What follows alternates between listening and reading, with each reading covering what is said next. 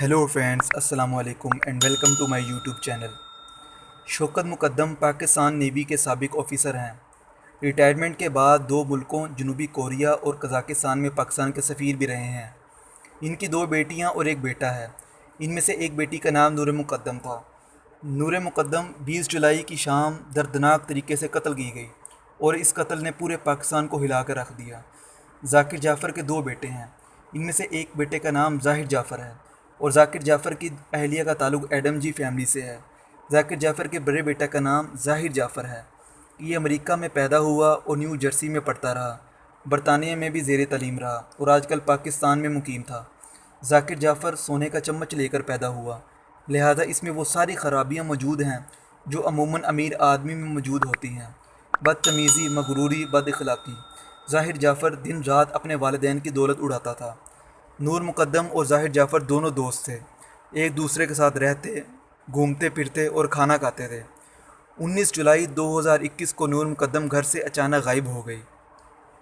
घर वालों ने बहुत तलाश किया लेकिन वो ना मिली। फ़ोन भी ऑफ था और कोई राब्ता नहीं था।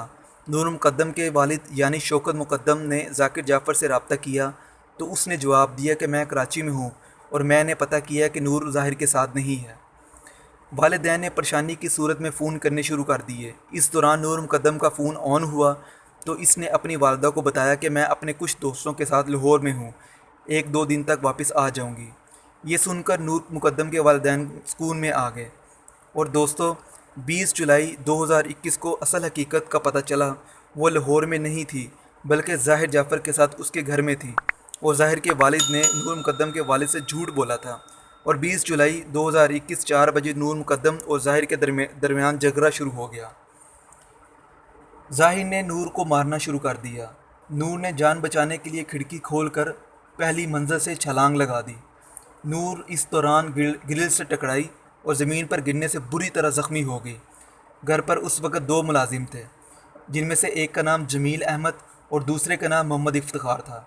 इनमें से एक खाना पकाने वाला और दूसरा चौकीदार था।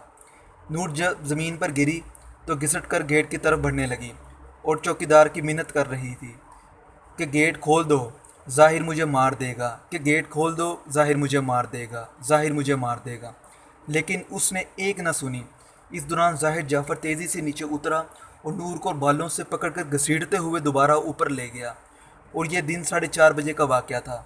मुलाज़मीन ने फ़ोन करके ज़ाहिर के वालिद को सारा वाक़या बता दिया, लेकिन उसने इस वाक़े को अनसुना कर दिया। इसके बाद ज़ाहिर ने नूर को अज़ियत देना शुरू कर दी। इसने इसके जिस्म पर 4 बार चाकू से हमला किया।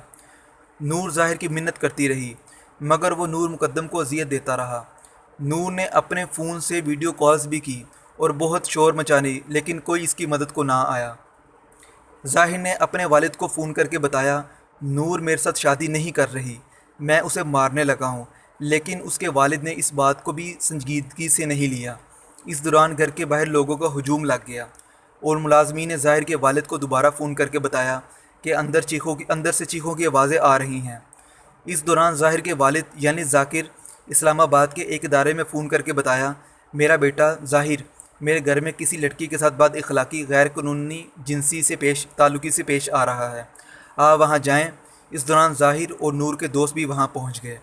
वहाँ गेट पर खड़े होकर फ़ोन पर ज़ाहिर के साथ बातचीत कर रहे थे।